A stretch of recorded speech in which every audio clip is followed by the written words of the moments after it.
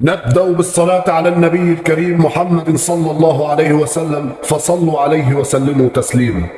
يعني بص، هو حضرتك يعني لفظ حضرتك، اللفظ ده في القرآن جه، يعني بنكلم ربنا انك انت اي يعني.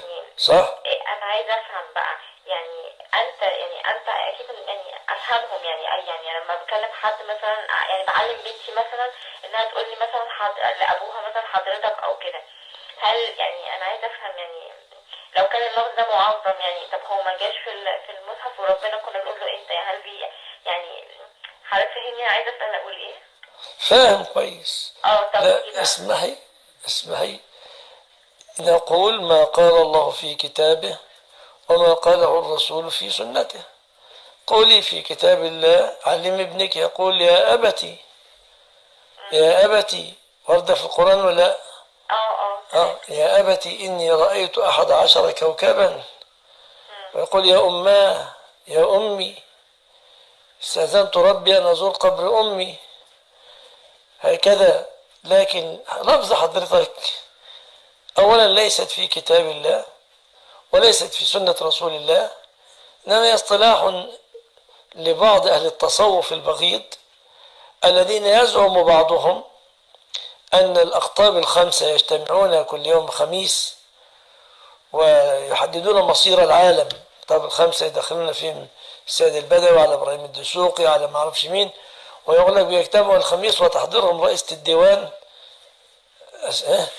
السيدة زينب، وبعدها يقول لك أحيانا يحضرهم الرسول، يقول لك حضرة الرسول.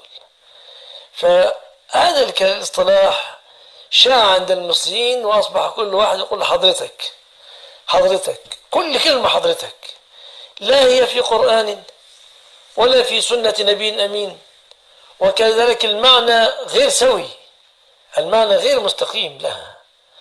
هذا فأنت وفقتي للسؤال، وأرجو الله أن توفقي لفهم الجواب وللعمل بما جاء في الكتاب والسنة.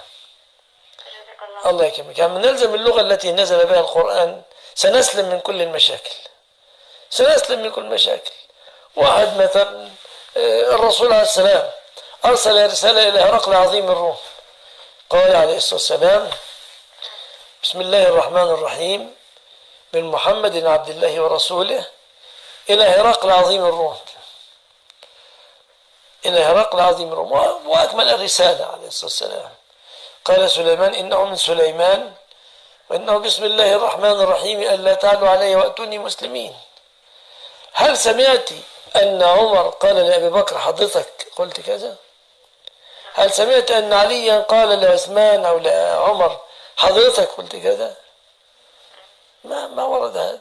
نلزم خير أدب استخرج من كتاب الله، أدب استخرج من سنة رسول الله، هذا خير الأدب.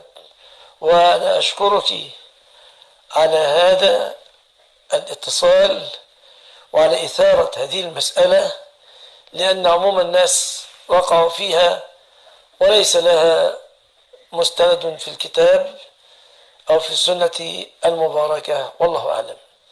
لكن مبدئيا يعني كده، إن استطعت أن تعلمي الناس وتخاطبهم على قدر عقولهم لعل الله أن يرحمك، لأن الناس لجهلهم قد يعرضوك.